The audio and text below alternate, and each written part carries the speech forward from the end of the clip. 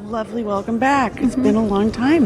And that's why I meant when I said, I know in this. Jennifer Aniston walked into a room full of her peers recently and said something that stopped everyone cold, not because it was dramatic or rehearsed, but because the woman who had spent 20 years being described by the world finally decided to do the describing herself.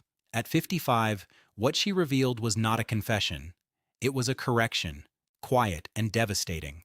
Rewriting everything the public thought it knew about one of the most watched women in Hollywood's entertainment industry. She didn't arrive with tears or a carefully staged press tour designed to rehabilitate some damaged image. What she offered came out the way she has done everything meaningful in her life, on her own terms, at a time she chose, in words precise enough to leave no room for misreading. And when those words landed, they made the previous 20 years look entirely different. Every tabloid headline, every piece of smug commentary about her supposed choice to remain childless, every confident article written about what Jennifer Aniston supposedly wanted from her own life, suddenly collapsed under the weight of what she had actually been going through, alone, without an audience, without recognition, for nearly 2 decades. To understand why any of this matters, you have to go back much further than the marriage that captivated the world or the divorce that shattered it into 1,000 speculative pieces. You have to go back to a girl growing up in Sherman Oaks, California, in a household that looked ordinary from the outside and carried a specific kind of quiet damage inside it. Born on February 11, 1969, Jennifer Joanna Aniston entered a world that appeared, on paper, to carry built-in advantages. Her father, John Aniston, was an American actor of Greek descent, and her mother, Nancy Dow, had worked as a model and actress with English, Irish, Scottish, and Italian ancestry threading through her background. The family relocated to Greece when Jennifer was 5, then settled permanently in New York City, and not long after that move, her parents divorced. 9 years old and living primarily with her mother, Jennifer entered a chapter of her childhood that would quietly shape far more of who she became than any acting role ever would. The relationship between Jennifer and Nancy Dow carried a specific kind of weight, one built from sustained criticism rather than any single rupture. Her mother commented openly and often on Jennifer's appearance, her habits, the accumulated details of who her daughter was and was not becoming. That kind of persistent commentary doesn't leave visible marks, but it leaves something far harder to recover from, and Jennifer carried it well into adulthood without the distance between them ever fully closing. Alongside this, a dyslexia diagnosis during her school years had compounded the insecurity already building at home, placing her in a conventional academic environment that measured intelligence through reading speed and test performance, where she struggled quietly and fell behind in ways she couldn't name or fix. She believed she wasn't smart enough, and that belief settled into her without anyone working particularly hard to dislodge it. What redirected her was a school that operated on entirely different principles. Rudolf Steiner School, a Waldorf-based institution in New York, centered its approach on emotional development expressed through the arts, through drama, drawing, music, and movement, rather than standardized academic performance. For Jennifer, it was the first environment where her way of engaging with the world, intuitive, expressive, emotionally alive in ways that didn't translate onto a written examination page, counted as a strength rather than a deficit. She discovered that she could memorize dialogue with ease, inhabit a character with real conviction, and hold a room's attention without effort, and her teachers recognized what that meant before she fully did. Acceptance into Fiorello H. LaGuardia High School of Music and Art and Performing Arts in Manhattan followed, one of the country's most selective performing arts schools, where she studied acting seriously and built the craft through repetition, stage presence, and emotional range. After graduation came the years most retrospective accounts skip past quickly: waitressing, operating a telephone switchboard, working as a gym assistant while continuing to pursue a television and film industry that showed no particular urgency in returning the interest. Small off-Broadway parts appeared and disappeared. Television roles came and went without accumulating into anything. Her first film credit arrived in 1993 with Leprechaun, a low-budget horror production that nobody confused with serious cinema, but that placed her name on a theatrical release for the first time. 1 year later, a single casting decision changed everything in her career permanently. Friends launched on NBC in 1994 with Jennifer Aniston as one of 6 leads in a sitcom about young adults navigating relationships and careers across New York City's apartment buildings and coffee shops. Within 2 seasons, Rachel Green had stopped being simply one character among several and had become something else entirely. A cultural reference point, an image of modern American femininity that resonated with an entire generation of television viewers who recognized something real in her arc, from directionless privilege into confident professional self-possession. The performance made that arc feel lived rather than constructed, and the audiences responded to it with a loyalty that built season by season into something extraordinary. Rachel Green's fashion choices, her delivery, a specific layered haircut Jennifer wore in the early seasons. Salons reported being overwhelmed with requests for what the media had already named the Rachel, a style that traveled across countries and time zones and settled into the memory of a decade. By the time Friends moved into its final seasons, the 6 principal cast members were earning $1 million per episode, a number unprecedented in American television at that point. And Jennifer Aniston was no longer just a successful actress. She had become America's sweetheart, a phrase that sounded like a compliment and functioned more like a contract she had never agreed to sign. The public had assembled a version of her in their collective imagination, built from Rachel Green's warmth and humor and approachable femininity, and they expected the real Jennifer to conform to that version indefinitely. Her personal choices, her relationships, her lifestyle, all of it filtered through the lens of a fictional character whose qualities had become attached to Jennifer herself, whether she wanted them there or not. Working throughout the run of the series to demonstrate range beyond it,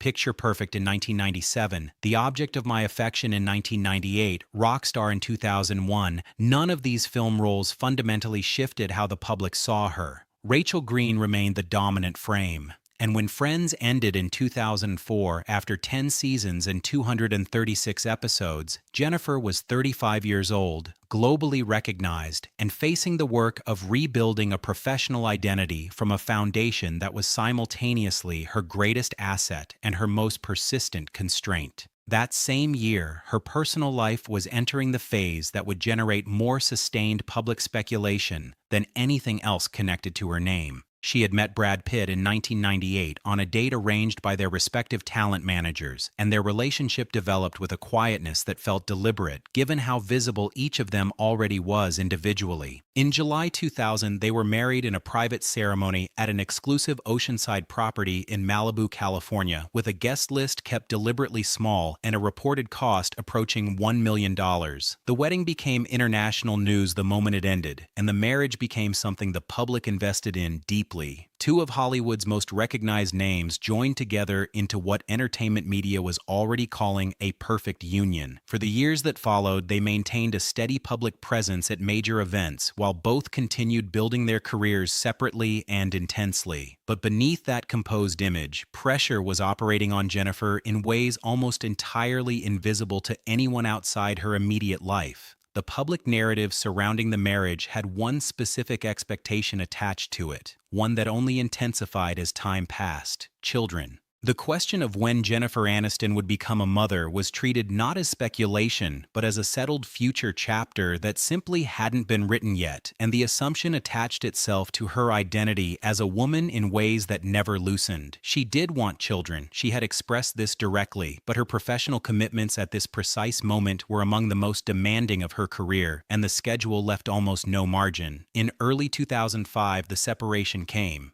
After nearly 5 years of marriage, Jennifer Aniston and Brad Pitt confirmed they were parting ways, with a brief statement offering nothing in the way of explanation. The divorce finalized within months, and what followed was a media environment that constructed a mythology about what had happened, assembled entirely without her input, distributed with total confidence, and built around the idea that Jennifer had placed career above family, that she had been unwilling or simply uninterested in becoming a mother, that she had in some fundamental way failed to hold together what the public had considered permanent. The narrative was clean and repeatable and asked her nothing before presenting itself as fact. She did not correct it, not then and not for a very long time afterward. What was actually unfolding during those years, what would remain unconfirmed publicly for close to 2 decades, was that Jennifer Aniston had already begun a long, private, and physically exhausting effort to have a child. Starting in her early 30s and continuing into her late 40s, she underwent multiple rounds of assisted reproductive treatment, including in vitro fertilization, IVF cycles that stretched across years and consumed a kind of hope that doesn't announce itself and doesn't ask for sympathy when it runs out. None of it was visible. She appeared at events, gave interviews, discussed her projects, and carried the full weight of that private journey through all of it without offering the public any access whatsoever. The decision to keep it private was deliberate, absolute, and entirely her own, made in full awareness that the silence would be filled by others with whatever version suited them best. After a period of concentrated professional work, Jennifer met screenwriter and actor Justin Theroux in 2011 during the filming of the independent comedy Wanderlust, and unlike what had preceded it, this relationship developed with genuine and sustained privacy. They announced their engagement in August 2012 without a press conference or elaborate statement, remained engaged for 3 years without any visible rush, then held a private wedding ceremony at their Bel Air home in August 2015, attended only by close friends and family, and kept entirely from the press until it had already taken place. The marriage proceeded with the same discipline, insulated from the public machinery that had consumed her first, kept separate from the career that continued moving forward around it. What remained completely hidden was that the fertility treatments were still ongoing throughout this entire period, hope and procedure, and waiting cycling quietly behind the same composed exterior she had maintained for years. In early 2018, a joint statement confirmed the separation that had already occurred at the end of the previous year. The tone was measured and decisive, describing what remained as a close friendship, with no competing narratives, no public accusations, no drama manufactured for outside consumption. The end of her second marriage arrived and passed with the same quiet discipline that had defined its beginning. From 2019 onward, something shifted in how she chose to engage with the world. The morning show on Apple TV Plus brought Jennifer back to television in a role entirely unlike anything her earlier career had required. Moral complexity, the mechanics of professional survival under public pressure, the navigation of power without comfortable resolution. Serving as both lead actress and executive producer on the series, she demonstrated the kind of creative and professional control that made clear the category the public had long assigned to her was outdated and had been for years. The role earned serious attention in the television industry and reframed what audiences and critics expected from her going forward. In interviews with Allure, Harper's Bazaar, and InStyle, she began speaking about her personal life with a directness she had not previously allowed herself in public. She confirmed the fertility treatments. She addressed the 2-decade-old narrative about her choices and replaced it plainly with the account that had actually happened.